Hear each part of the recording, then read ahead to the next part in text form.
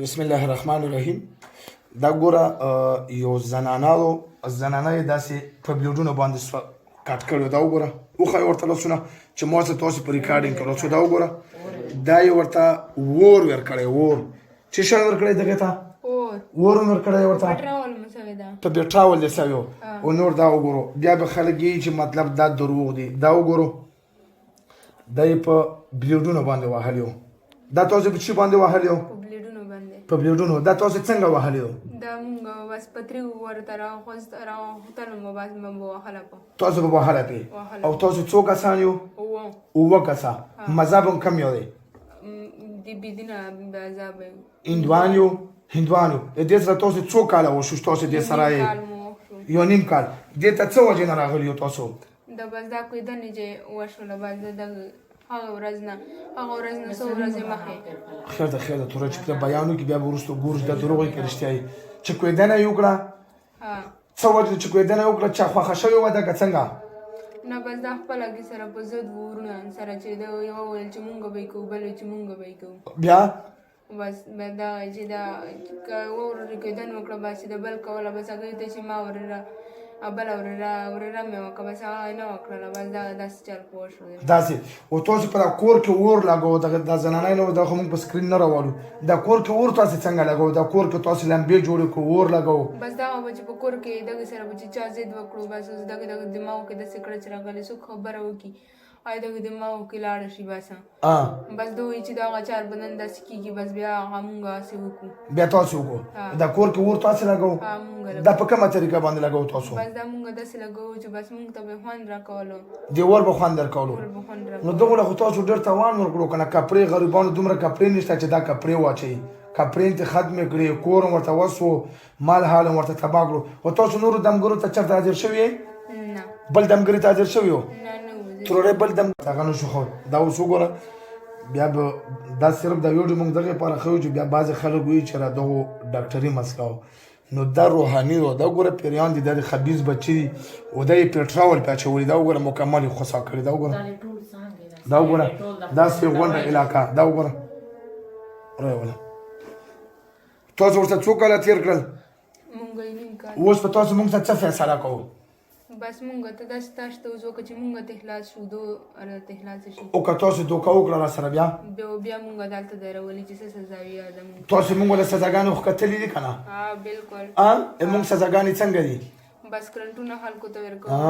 په کرنټونو خو مې پېژنو که نه؟ دا کرنټونه تاسو کوم ځای نه اورېدلي چې حاجي صاحب کرنټونه ورکوي؟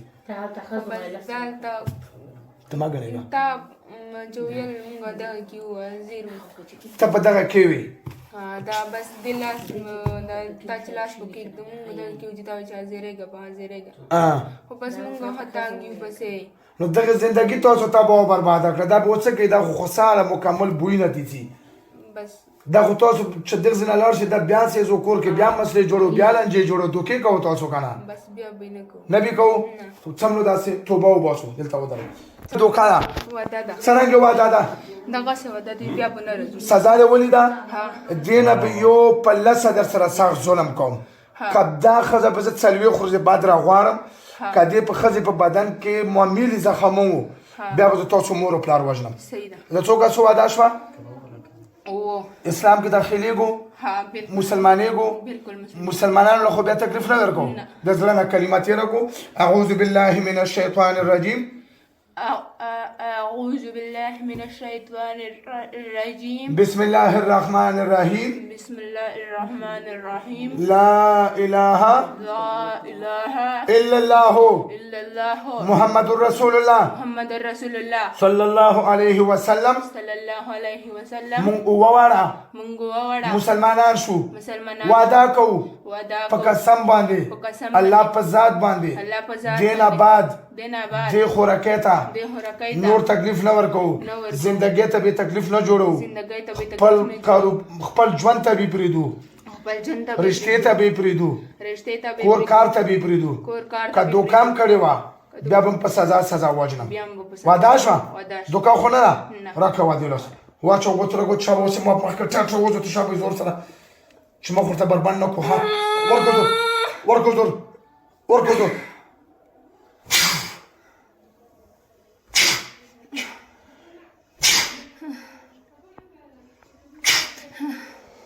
بیا واچو ګوتې ګوتې اوځه یوې سینه ټیټ کړي بیا کرن نور در کوم درته